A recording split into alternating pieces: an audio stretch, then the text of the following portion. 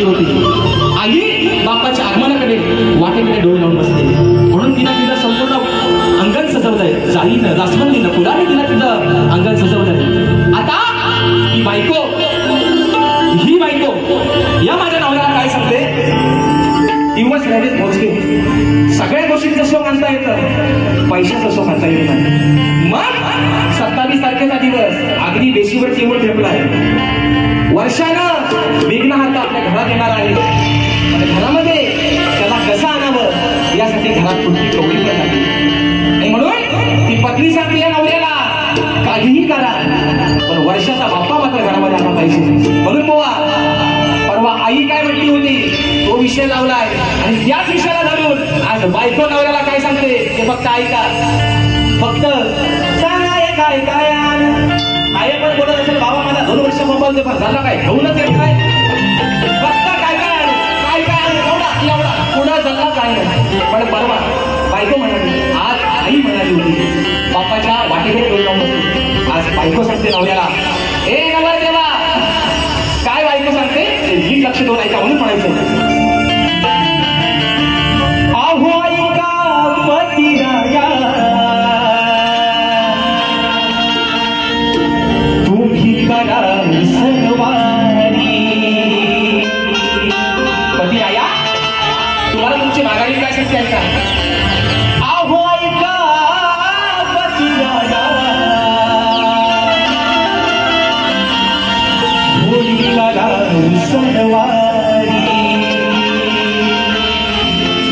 बायको सांगते 27 तारखेचा दिवस आहे, तुमच्या पगाराचा पण दिवस नाही.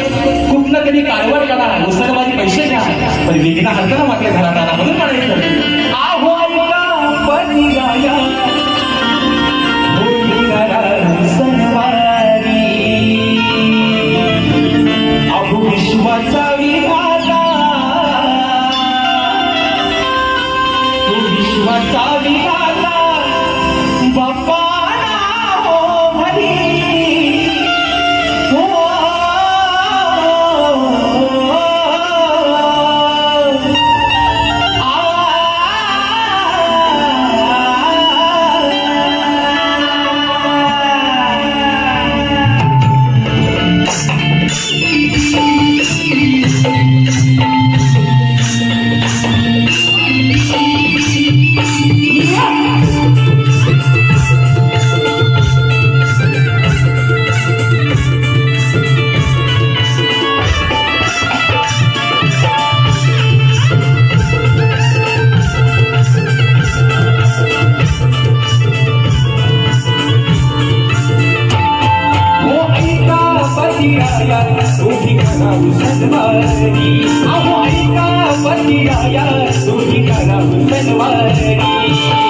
विश्वाचा विधाता, विश्वाचा विधाता बाप्पा हो हरी.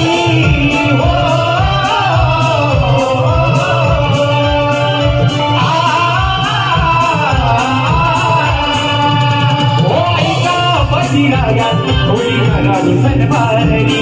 अहो ऐका पतिराया, थोडी करावी सणवारी. विश्वाचा विधाता, विश्वाचा विधाता बाप्पा हो हरी.